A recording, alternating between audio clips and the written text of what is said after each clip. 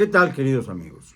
Esta ha sido la semana en la que se ha recrudecido más la mentira como arma política. El señor de Palacio Nacional habla todos los días acerca de los carroñeros, que somos los periodistas que informamos sobre lo que está sucediendo en las costas de Acapulco, específicamente en la zona devastada por el ciclón Otis, y olvida sus deberes primarios. Declara que ya no hay emergencia en Acapulco, así nada más porque unilateralmente así lo piensa. Y de esta manera quiere cubrirse un poco de la despachatez con la que ha atendido las consecuencias de uno de los peores meteoros que han azotado las costas mexicanas. Pese a ello, no tiene empacho en anunciar que va a haber el famoso campeonato abierto de tenis en Acapulco, el abierto de México, el abierto mexicano. También no tiene empacho en decir que se va a celebrar el tianguis turístico, pero no hay forma de que para abril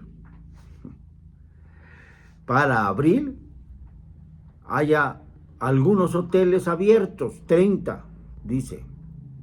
Y esos 30 hoteles que supuestamente estarán abiertos en abril no garantizan que verdaderamente puedan dar algún servicio de mediano costo. Las mentiras han sido tan graves, tan terribles, que llegamos al extremo de que haya un éxodo de personas desde Acapulco, y lo que sí han rescatado es a los perritos. Se los han llevado en un avión de la Fuerza Aérea Mexicana a la Ciudad de México. En un acto humanitario, sí, pero de la misma manera quisiéramos que se tratara también a los seres humanos, que no han sido atendidos, que en muchos casos tienen hambre, no tienen electricidad, no tienen ningún tipo de servicio, no digamos el telefónico. Los celulares funcionan a media porque tiene uno que ir, según dicen, hasta la parte más alta del puerto para encontrar algún punto en donde puedan comunicarse vía internet. Esto es verdaderamente espantoso. Y sin embargo ya no hay emergencia, según el señor López. El señor López, que ha mentido hasta en cuanto a sus disque visitas a Acapulco, de las que no hay testimonio alguno, sigue y sigue mintiendo. Este es el signo de su gobierno. La mentira por un lado, la manipulación por el otro, y agregaríamos un tercer elemento, la propaganda que nace de la manipulación. La propaganda al estilo de Goebbels. Esto no es cualquier cosa porque está en duda, está en riesgo el futuro de nuestro país. No es solamente la crítica, está en riesgo el futuro de nuestro país. Esto es lo que tenemos que entender. Porque si el presidente sigue con esta oleada de mentiras, si le reclama a la presidenta de la Suprema Corte de Justicia, la señora Norma Piña, que ha hecho un extraordinario papel de contrapeso por los fondos de los fideicomisos que no le han entregado al presidente, y con eso se resguarda respecto a las quejas que hay en Acapulco por la falta de atención, porque dijo el presidente que esos fondos de los fideicomisos del Poder Judicial iban a servir para rescatar a Acapulco, y la ministra Norma Piña, yo creo que un poco ingenuamente, aceptó que esto fuera así, pero luego vinieron amparos que impidieron que se entregara esos fondos, sobre todo porque en esos fondos está inmerso el futuro de los trabajadores del Poder Judicial Federal. Entonces, pues un juez, con todo derecho, ya dictó 2 amparos para evitar que esos fondos salgan del Poder Judicial Federal. Pero el presidente tergiversa las cosas y luego dice que los mentirosos son los que no han tergiversado las cosas. Este es el modelo, ¿no? Es decir, si tú cuentas lo que está pasando, entonces eres mentiroso. Para no ser mentiroso tienes que actuar como el esbirro ese molécula que no sirve para nada y que está falseando las cosas a cambio de vender su propia integridad, si es que le queda algo de integridad. O como el villano que dice que no tiene censura, claro, porque no dice nada importante. Y así por el estilo. Y lamentablemente, hay muchos que creen en lo que se dice en las mañaneras, aunque nadie las vea, porque el rating de las mañaneras está por los suelos. Vamos, si fuera un programa, digamos, de un canal de radio cualquiera o de televisión, la empresa que estuviera transmitiendo ya hubiera tomado cartas en el asunto para sacarlo del aire, porque no tiene público. Pero eso sí, tiene consecuencias y efectos en la vida nacional. Y esto es lo que nos preocupa para el 2024. Nos preocupa muchísimo, porque ese es el año electoral. Ese es el año en el que vamos a decidir nuestro futuro. ¿Y qué ocurre? Que siguen las cosas iguales.